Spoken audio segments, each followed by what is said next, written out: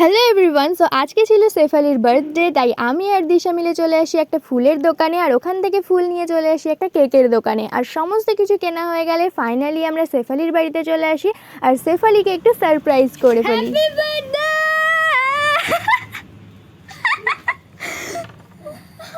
Happy birthday! এরপরে Shefali ready হয়ে যাওয়ার পরে দিশা ওকে একটা হ্যান্ডমেড কার্ড দেয়, যেটাও খুব সুন্দরভাবে বানিয়েছিল।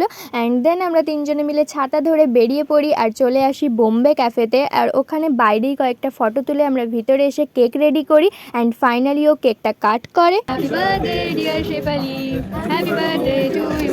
আর কেক কাট করার পরে ও একটুখানি কনফিউজ হয়ে যায় যে কাকে ফার্স্টে কেকটা খাওয়াবে। তো আমরা সবাই বলার পরে ও পুষ্পেনকেই ফার্স্টে কেকটা খাওয়ায়। দেন আমাদের খাবারও চলে আসে আর আমরা জলদি করে খেয়ে বেরিয়ে পড়ি, কারণ প্রতিবারের মতো আমরা এইবারেও লেট। সো আমি এখন বাড়ি যাই আর তোমরা সবাই সাবস্ক্রাইব করে নাও।